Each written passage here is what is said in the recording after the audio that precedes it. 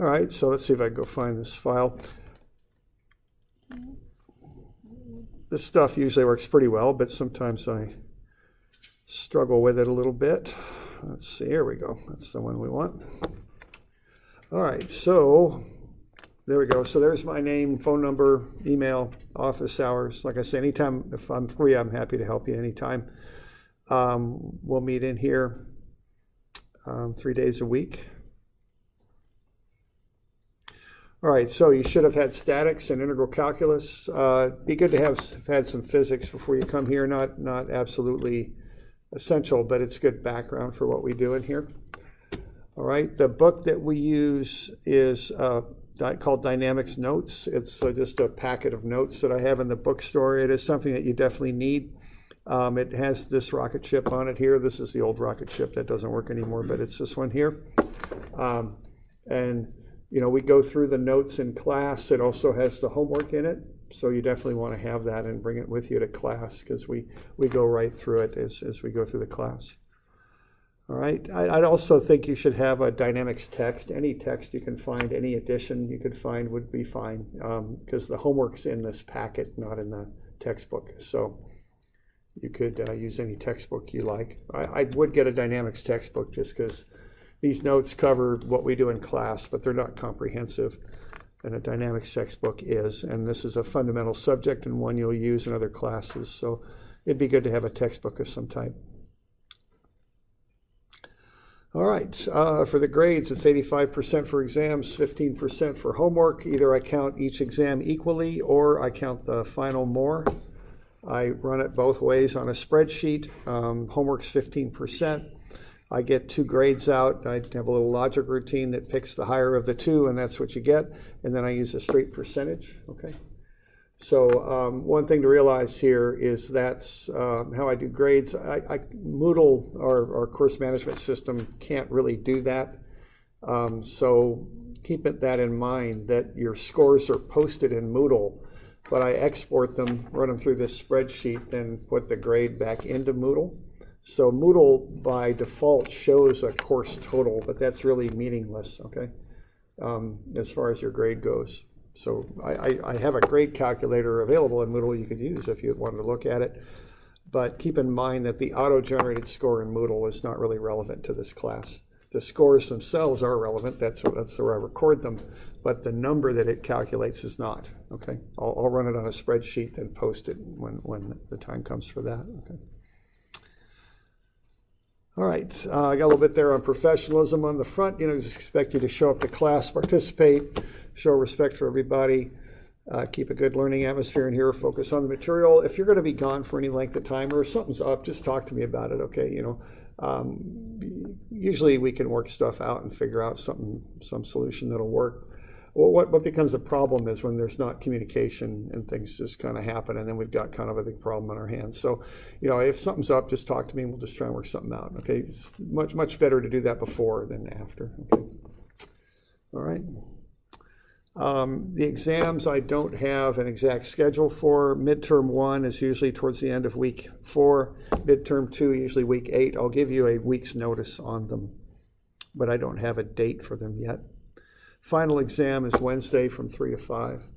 Some of you, especially online, I know, go to OSU. If you have conflicts, just tell me and we'll figure something out, okay? You know, so not a big deal.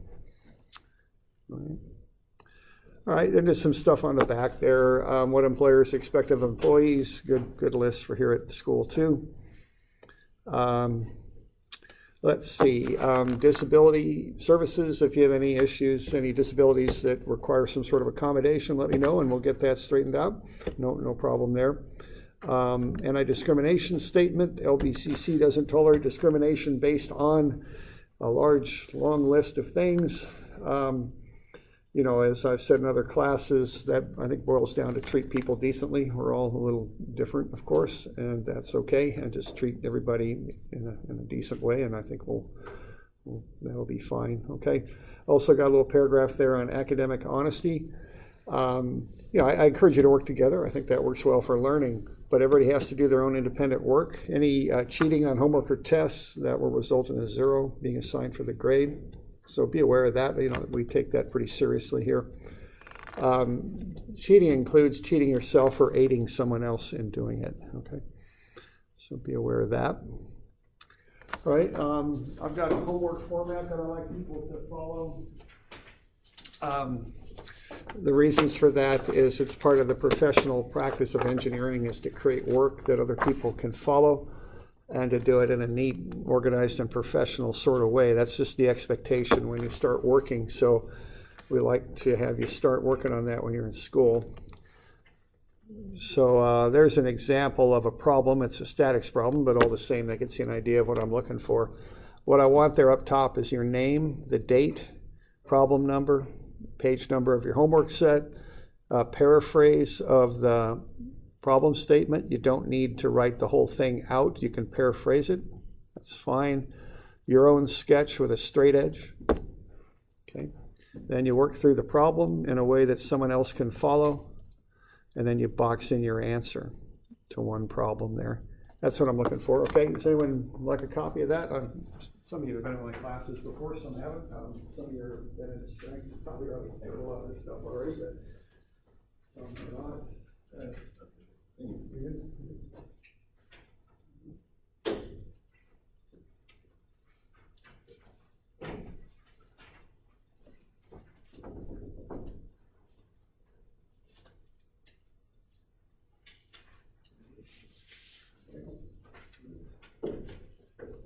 Are you all right if we do it digitally printed out? Yeah, that's fine. This is just following the format. I've had people ask me like if they have to use engineering paper. I don't care what kind of paper you use. You can use whatever you like. I do want you to follow the format. And again, this is just something that kind of expected when you start working. And the idea is two things. One, you want it professional, which includes legible. Now, not all of us got great handwriting. I don't particularly, so I just write big so people can read it. You know, that's the deal. And you know, keep that in mind. You know, in my working life, I've done surveying, and if I write, you know, I think a 9 on a grade stake, and it looks like a 4, that's a problem. You know, that can be a very expensive problem, and people can get upset about that, and justifiably so. So, you know, make sure you're writing legibly. Also, you want to be able to pick this thing up 10 years from now and understand what happened on it. So that's why we have a sketch and a problem statement, so people know what you're doing. Okay. Your purpose in doing this isn't just to solve the problem; it's to communicate what you're doing to somebody else, and you have to take that perspective on it. So just slow down a little bit and write up the problems in this fashion, and learn how to do it quickly. Okay, because it's a good skill to have when you work. Now that said, if you look in the packet where the homework is, probably half of the problems or more, I've already written them up for you, and they're on pages, and all you got to do is fill in those pages. So when I give you a page that's already written up, you know, by all means use it. You don't have to write up the problem then because I've already done it. But there are some that I did not do that for. So if that's the case, you need to write it up yourself. So a good example of that would be on page 2, there's problems 111 and 112. And on page 2A, 111 is written up for you. I just copied the thing over and put it on a blank sheet and put some answer blanks in there. So it's good to go, all right? So, you know, I know you guys are busy, so that's why I'm doing that, okay? But the ones that aren't that way, you should write up yourself, okay? All right. Okay, here's the formula sheet. That's available online, as is the syllabus and the homework format. So that I will give you a new copy of that when you take a test. So that's the resource you have when you take a test. You know, I've had people email me, I wouldn't say every year, but yeah, pretty close. I get emails from people who want copies of this when they're over at OSU. So they're handy reference guides, I think. So, you know, might be something to kind of put away somewhere. People seem to like these and use them. So, yeah, I'm always happy to email one to somebody when I get an email. But, you know, just so you know, it might be a good thing to keep. And if you don't, you can email me if you ever wanted one. Okay, just some advice on succeeding in the class.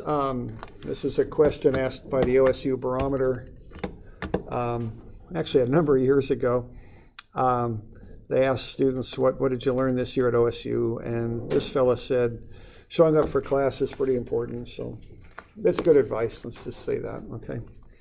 And I think showing up means being here, but also engaging, you know, paying attention, working through stuff that we work through. That's really how you learn, okay, is you actively engage in what's going on.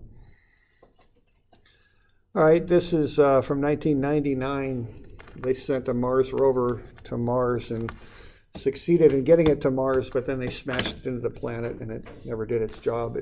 They crashed it. And the reason they crashed it was, I think the design team used metric units and the operations team thought they were English units. And so they miscalculated the trajectory and they smashed it into Mars. And that was obviously bad and embarrassing, as this all says. So, carry your units through, set up your work carefully so someone else can follow it. That's kind of important, okay? And that's, if nothing else, they spent their $125 million teaching people that idea there, that it's important to show your units, okay? I don't know if that was worth $125 million, but maybe it was, I don't know. And then the last little thing is, I don't know if you all look like Teen Beach Movie fans or not, but I've mentioned this before, but my daughter liked this movie a lot, so I watched it probably 50 times, kind of through osmosis. And on top of the surfboard, we have the two romantic leads. We have Mac and Brady. And Mac is the brains of the operation, and at one point she tells Brady, "I can explain it to you, but I can't understand it for you," okay? And I always thought that was a good line because, I teach for a living, right? So I'm up here, I explain stuff, okay? But just because you sit here and listen to me explain it doesn't mean you understand it, right? And just understand, I want you to get that, okay? The way you understand it is you do it, okay? You do it yourself. That's how you learn. You process the information in your own mind and you go through the little pitfalls and have to make all the assumptions. And that's how you learn, see? And it's not rocket science, okay? I'm not telling you anything that's new. And the reason I'm mentioning this is, I give a few points for homework, but really I want you to do the homework so you learn it, okay? And I've had experiences as a teacher where I see a mistake that somebody made and it becomes viral and works its way through like 8 or 10 homework sets, okay? And I know what's going on. Everyone's just copying the homework sets, but nobody picked up the error, okay? That's not good. That's not a good sign because that means the other 7 people just copied person number 1's homework. They didn't really think about it so much and interact with it, okay? I see people who have work that's incorrect on their setup and then magically the proper answer appears on the bottom, okay? Well, that's foolish, okay? Just because I give you the answer doesn't mean you do the wrong work and then put the proper answer down at the bottom. If nothing else, just put a note on there. I got lost. Put a note. It's an opportunity to learn, okay? I give you most of the points for the homework, okay? It's not like you should be trying to get every little homework point you could get. You should be using the homework to learn this stuff. See, that's my point here, okay? So, all right. So that's just some advice on succeeding in this class, okay? So there we go. So attend class, engage, okay? You're paying me, right? What are you paying for this class? $400 plus the book? It's not chump change. You wouldn't just go out back and burn $400, right? Use it. Okay, come here. Make me earn my money, right? Ask questions. It's fine. That's how you learn. Do your homework. Do it independently. Keep up on this stuff, okay? Don't try and cram it all the night before, especially this class. That's not going to work so well, okay? A little bit. Just keep up with it. Find a good study group, okay? Find people that are engaged and work together well and are focused and work with them. It's a good way to learn. Okay. All right. So just some ideas on succeeding here, which we want you to do. So got any questions on all that stuff, the syllabus or any of that? Okay. All right. Well, let's have a look at some dynamics here. Now, for those of you, hopefully you have the packet. If you don't, I can give you some notes and get you started on it. Now, for those of you online, you need to get the dynamics notes from the bookstore. You could get them. You can get them through the mail, I think, even if you want. If you don't have them yet, there's some available online. Not the whole packet, but I've got some of them posted. Like the first few of them are there. Let's see if we can have a look here in Moodle real quick. All right, so here's the Moodle page for dynamics. This is my version, so it's a little bit more detailed than yours, I think, but this is the gist of it. So here's the homework due list. So there's where I'll have the homework that's due, and then I'll also have links underneath there where you can upload your homework if you're online. So if you're online, you scan your homework as one multi-page PDF and you upload it through the links that'll be down below this homework due list. Here are the downloads. There's the syllabus, formula sheet, homework format. Here's a grade calculator if you ever want to know where you're at with your grade. It's a spreadsheet. You can fill in your midterm scores and your homework score and get an idea about where you're at in the class. Here are the first 90 pages of the notes or so. Well, actually, it's not 90 because I number them by tens, okay? But there's the notes. You could download that if you haven't got them from the bookstore yet. And that'll keep you going for a week or so. But you do need to get your own copy of the notes. Now, the notes themselves are a little funny in how they're laid out.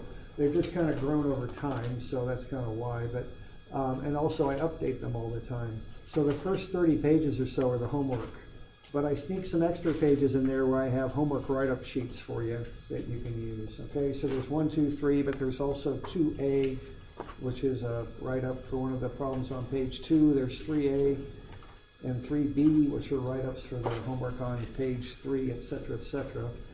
And so the homework goes through about page 34, I think, or I don't know what it goes to. How far it goes. Okay, and then the homework's over, and that happens, I guess it's page 31. Then I skip ahead to page 110, and what I did with my original notes, these are the in-class notes that we use. I numbered them by tens originally. That way I knew, because I knew I was going to revise this as I kind of went through this over the years. So I numbered by 10 so I can put new pages in there and not have to number them, you know, page 6.5 or something like that. So I numbered them by 10. So they're sequential, and generally speaking, they go by tens, but not always. Sometimes there's a new page that's been put in there. So there might be like a page, you know, whatever. There's 115. So I got 110 and 120, and it looks later on like I got tired of copying down that calculus derivation, so I did it on page 115, and I just put it in after I did the originals. That's the idea. Okay. All right. So, so if you don't have the notes, you can just download those and use them. And if you don't have the homework, of course, which you won't if you don't have the packet yet, you can download that. And there's some of the homework up through number 134. But you do need to get your own copy of the notes eventually. Now, you want to have the notes and bring them to class because they have the in-class notes in them, and so you want to do that.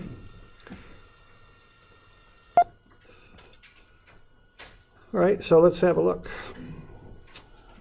Let's see if I can find these things.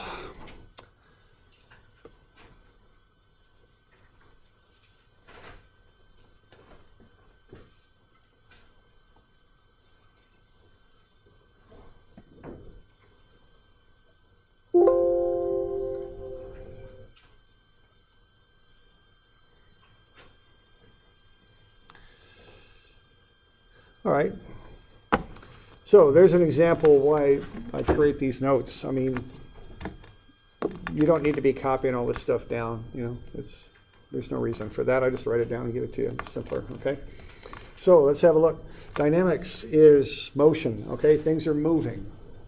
So quite often in dynamics, and generally speaking, sum of F is no longer 0. If you remember in statics, sum of F is 0. So I'm on page 110 is where I'm at, which is maybe paradoxically halfway through the packet or so. All right, so there's two kind of branches of this stuff. Kinematics analyzes the geometry of motion only. It looks at how things move. Kinetics looks at what makes them move, okay? So generally speaking, we start with kinematics. We analyze how things move, then we go back and look at what might have caused the motion.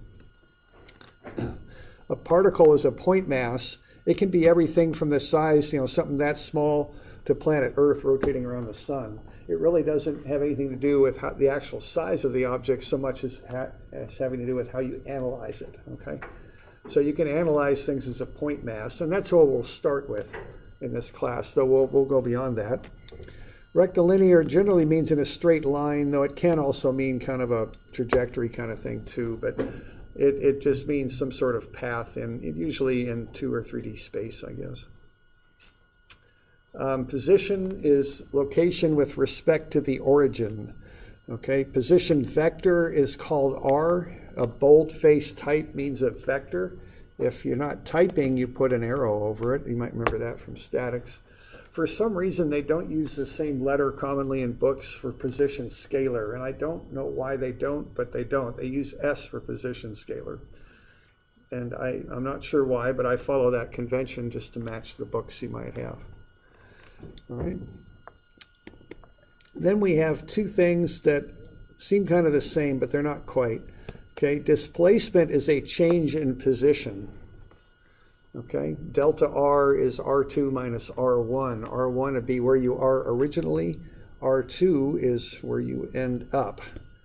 So for instance, that might be R1, and that might be R2. All right. So displacement is where you are minus where you started at to get there. All right. Now distance is a little different. Distance is the total length traveled. Distance is always positive, and it's always greater than or equal to displacement. See, if you started at A here, I got ones there too, so let's call this A and B. If you started at A and you ended up at B, your displacement is the straight line distance between them. But if this were a city with blocks laid out and you drove, you might have gone due east and then turned and gone due north to get there. See, so the arrows that I have here on the side, that's the distance you traveled. You might have gone a mile east and a mile north, so the distance would have been 2 miles that you traveled. But of course, the displacement would just be the straight line from A to B, cutting across the diagonal there. That would be the square root of 2, wouldn't that be 1.414? Okay, so that's the difference. They're similar terms, but they're different. Okay, so distance is always greater than or equal to displacement. You all good with that? Okay. All right. So common variables that we deal with are T for time. That one's pretty easy. R and for whatever reason, S for displacement, vector R, S for the scalar, V and V for velocity, and A for acceleration. Okay.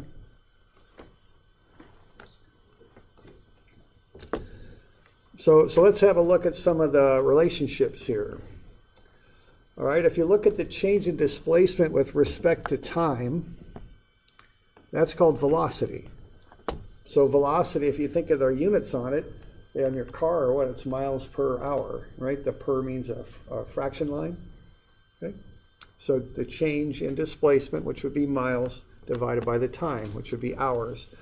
Typically, it's in meters per second or feet per second. Now, that's dr dt is what it is, and that can either be a vector, which would be dr dt, or a scalar, which would be ds dt. Now we do, a question there, I'm sorry. Just a communication thing. Since S represents the scalar form, why is there a dot on top of it? Doesn't that mean a vector? Yeah, an arrow means a vector. What the dot is it's a time derivative. See, in dynamics, we do a lot of time derivatives. It's very common to do that. So there's a shorthand notation for it. So the dot means a derivative with respect to time.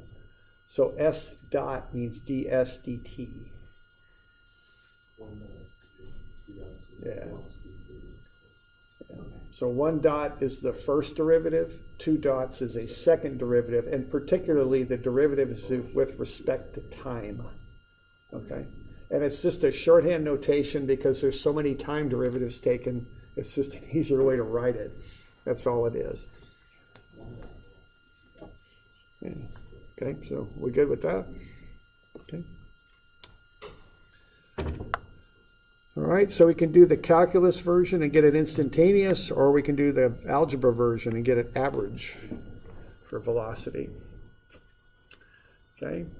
Now, if we want acceleration, we take the change in velocity with respect to time.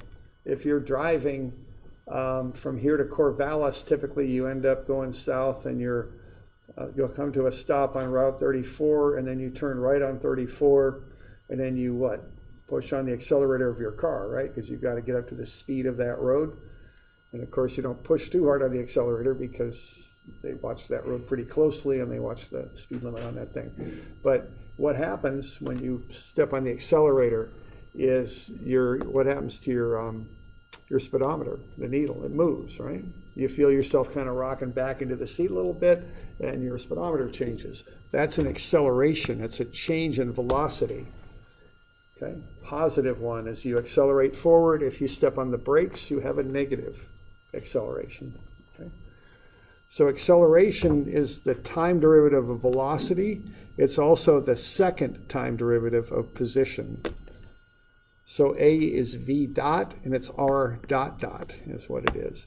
It's dv dt and it's the second derivative of R with respect to t. So that's acceleration. Okay.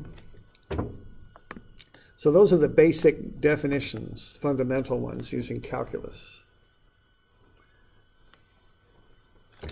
So the basic ones that we use are V is ds dt and A is dv dt. And I think of this chain that goes from displacement to velocity to acceleration. And what you do are time derivatives to work your way down.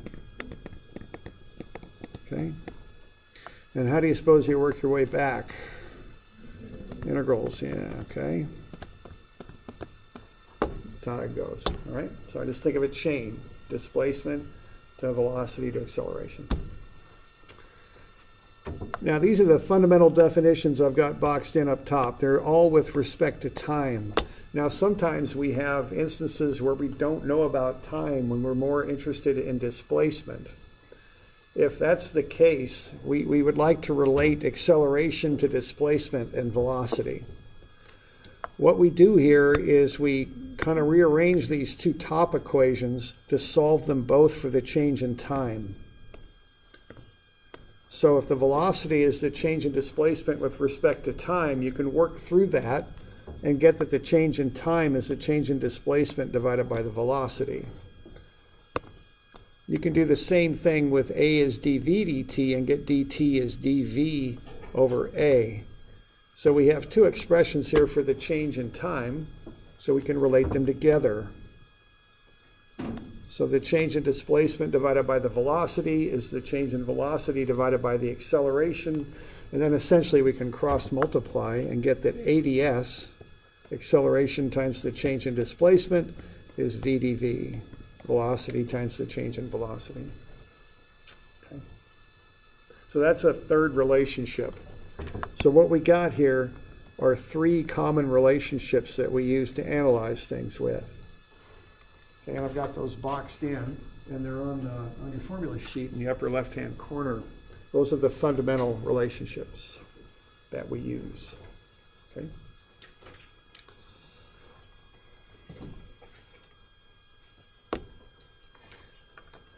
All right, now those are calculus relationships. They'll always work. But sometimes we know that we've got constant acceleration. Okay? And those are special instances. And that's very handy sometimes when you have things that are moving in the Earth's gravitational field, moving up and down, because acceleration is a constant in Earth's gravitational field. It's 9.81 meters per second. And 32.2 feet per second squared. I'm sorry, 9.81 meters per second squared, 32.2 feet per second squared. Okay. So the acceleration there, so the units on this stuff, for time, of course, is seconds usually. For displacement would be meters or feet. For velocity would be meters per second or feet per second. And then doing a second time derivative on velocity, you get to the units on acceleration, meters per second squared, feet per second squared. So meters per second, or feet per second is what those are. Okay? So when we have a constant acceleration, we can go ahead and solve for these with that assumption. So for instance, if I have my calculus relationship that A is dv dt, but I know the acceleration is constant, I can say that a times dt is dv. So the acceleration times the change in time is the change in velocity. Okay. Now what I can do, see, I've got differentials in this relationship, but I want regular variables. I can turn those differentials into variables by integrating over an interval. So I can integrate a dt and set that equal to the integral of dv. I'm adding those things up over a given interval. What I have to do, though, is just be careful of what the limits of my interval are. I'll start at 0 and go to t for the dt, and I'll start at some v0 and go to v for the velocity. So when I integrate that, if the acceleration is constant, which is what I'm assuming here, that just, the integral of ac dt is just ac times time. The integral of dv is just v, and I can plug in the limits, and I'll get ac times time is v minus v0, and I can rearrange that and get a constant acceleration velocity equation. V is v0 plus act.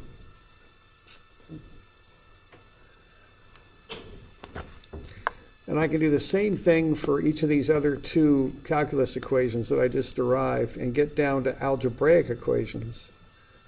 So these are commonly used, they're on your formula sheet, but they only work when you have constant acceleration. That's when you can use these. So the calculus ones at the top, you can use whenever you want. They'll always work. The algebra ones at the bottom only work when you've got constant acceleration. Okay? So these are kinematic equations. They describe motion. So we doing all right with that? They're on your formula sheet there, upper left is where they're at. Okay?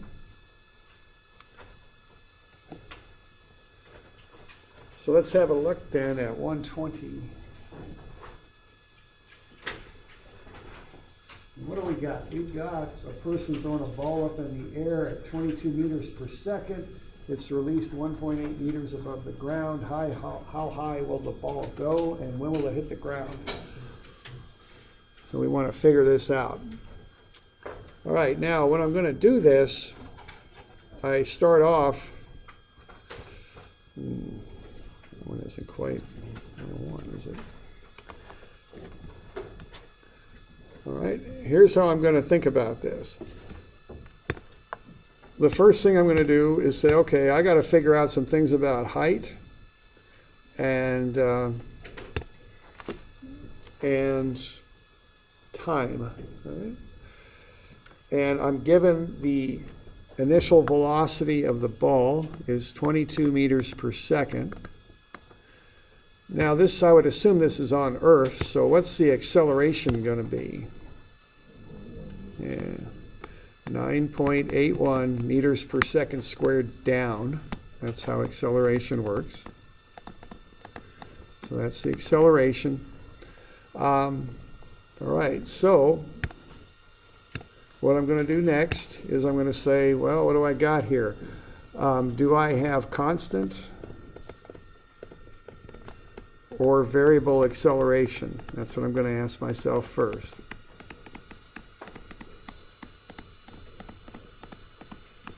So which one do I got? It's constant because I'm in Earth's gravitational field. In Earth's gravitational field, objects accelerate downward at that constant 9.81 meters per second squared. All right? So the first thing I identify is I'm going to use kinematic equations to figure this thing out. The second thing I want to do is I want to look at this branch. Which way do I got to go? Do I want to go to constant or do I want to go to variable acceleration? Because if it's constant, I can use the algebra equations, and that's pretty straight up. If it's variable, I got to use calculus. All right, and I prefer not to use calculus unless I have to. So I'll go ahead and use and look at this and go, oh, I got constant acceleration. I can use the constant acceleration equations. All right. Now there's three of them. Okay. So one thing I like to say about this is, you know, sometimes You know, when I'm looking at problems that might be difficult, I'm sitting there kind of scratching my head going, man, I don't know what to do on this. But in this case, you can do one of three things, okay? Because there's three equations. So it's not infinite possibilities, there's three possibilities. So once you identify it that far, you know you got to use one of these, okay?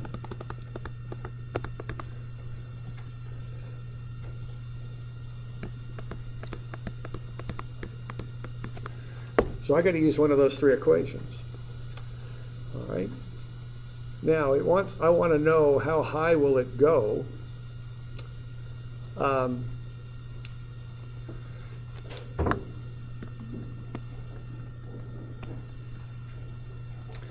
So there you go.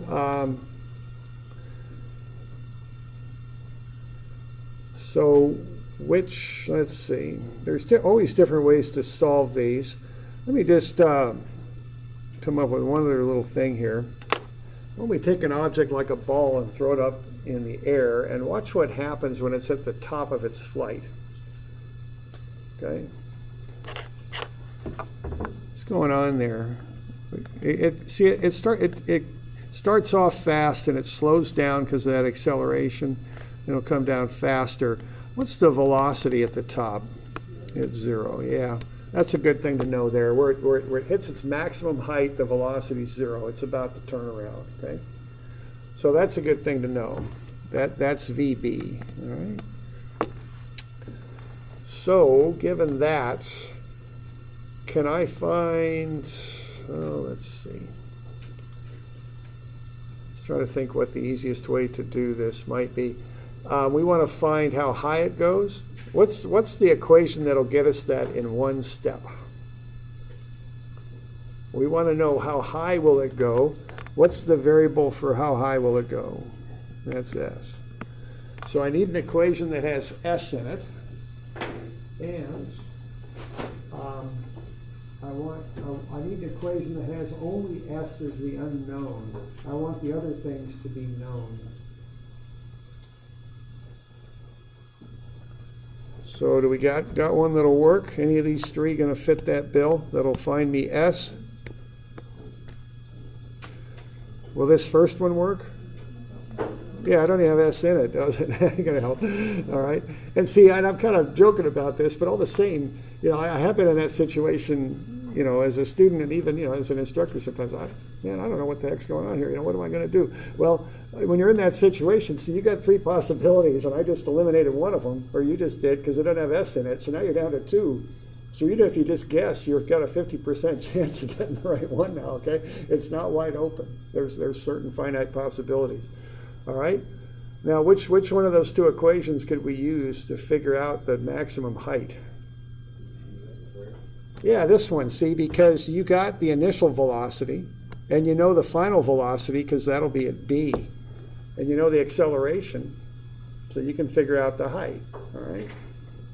So that's kind of the way I want to think about this stuff. Okay. So what I've got is the V squared.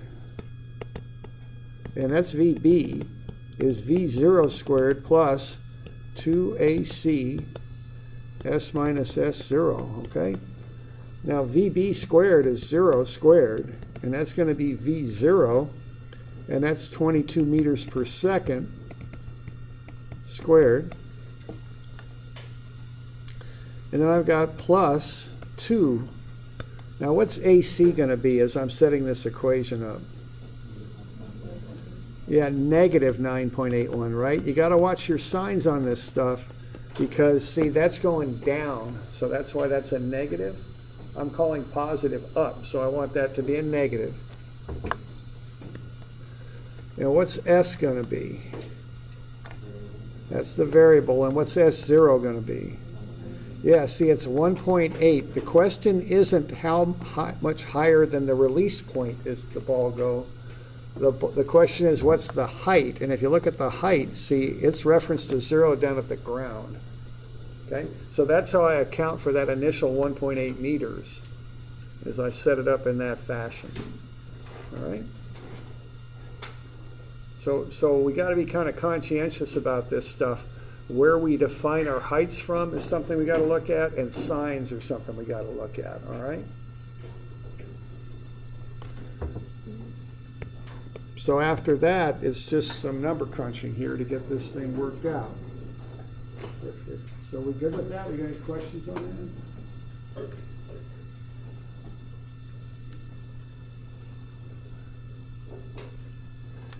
So what do I got? I got 484. And then I've got minus what? 19.62 times S minus 1.8.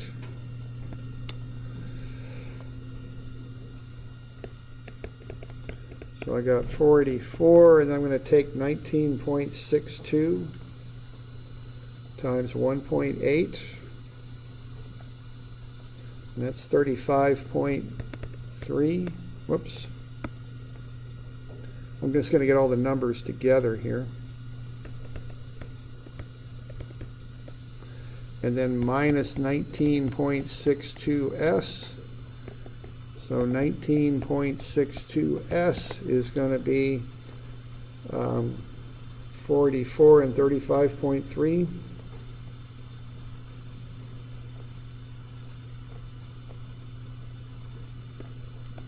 It's 519.3.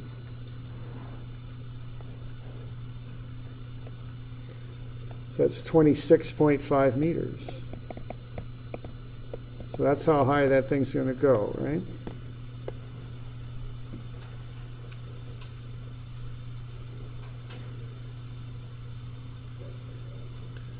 So we're doing all right with that?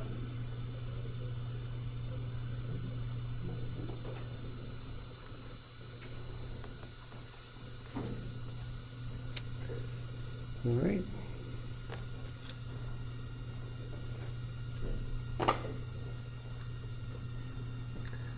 All right, let's find the time for it to hit the ground next. Are we good with that? Okay. Now we need an equation that involves time, right? Because that's what we're after. So that last one that we just used, that ain't going to work, is it? Because I don't have time in it. Now, I want to caution you, this is an error that people make sometimes. Sometimes they'll use that equation right there that I just boxed in, and what they'll say is, well, the ball hit the ground, and when it hits the ground, the velocity is 0. Now, what's the error in thinking there? What's the problem with that?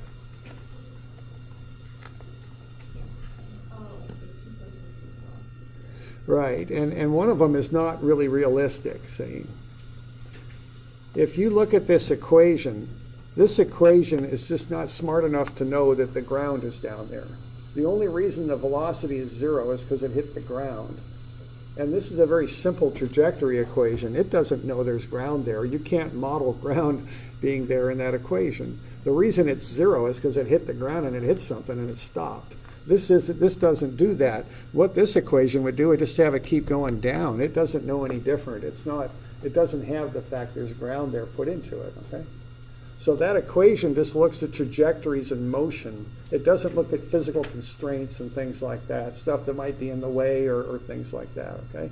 So you can't use that top one here. V is not 0. The V that would apply here would be the velocity just before it hits the ground. Not when it hits the ground and stops, but just before it hits the ground. That would be the velocity. So you got to use the other equation.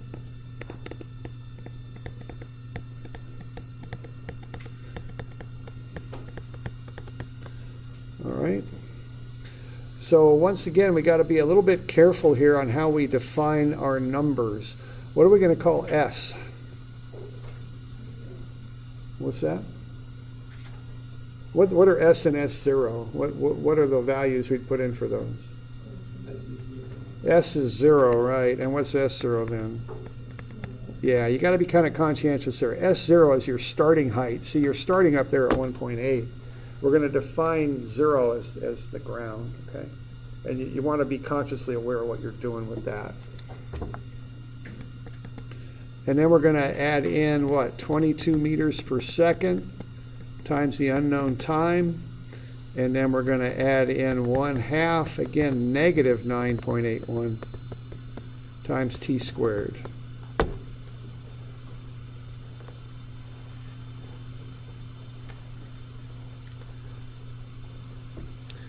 Okay, and we got one unknown, it's a quadratic, we're gonna have to work through that, but that's just how that's gonna be, okay? So we're gonna have 0 is 1 point, why don't I get this in the, I guess the proper order you might say. So, let's see, negative 4.905 t squared plus 22t plus 1.8.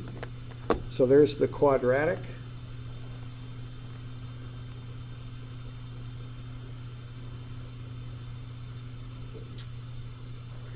And then we've got the quadratic formula, which is minus b plus or minus the square root of b squared minus 4ac over 2a. So there's the quadratic formula.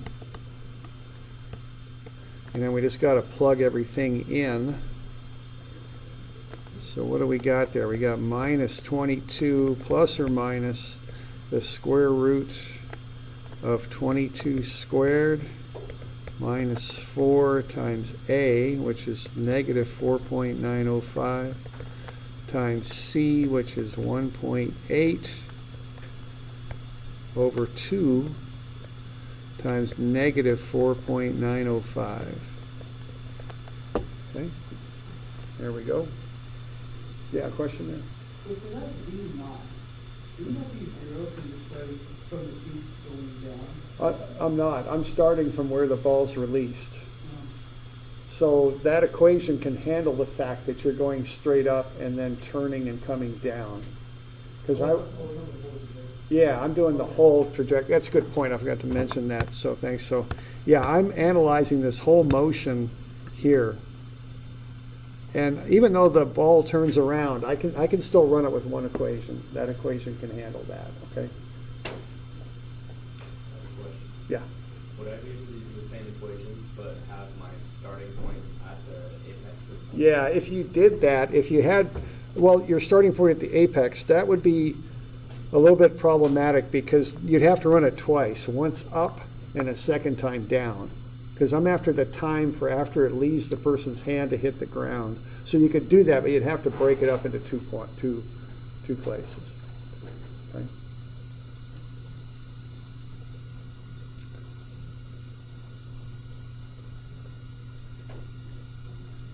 So we all right with that?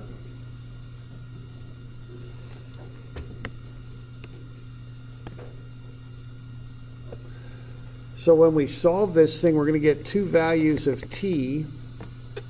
We're going to get negative 0.08, and we're going to get t equals 4.57 seconds. All right. So again, this equation we're running really doesn't recognize constraints, okay? It will actually work its way back into negative time. So this thing is evaluating this trajectory. So what it's going to give us are the answers when the thing is here and here. So see, t0 is when the ball's released.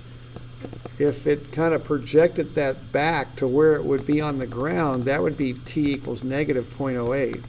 But we're going to start at t0 and then come on around to t equals 4.57. So the answer we want is right there.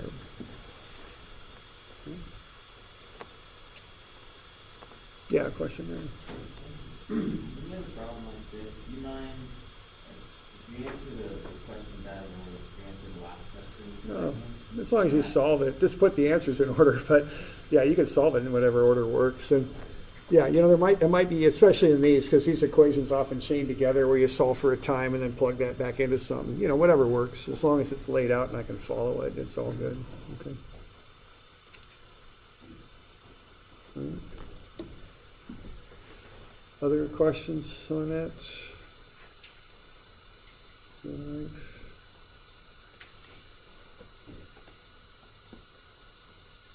All right, why don't we just take a 5-minute break here, then we'll do something else then if we're good on that.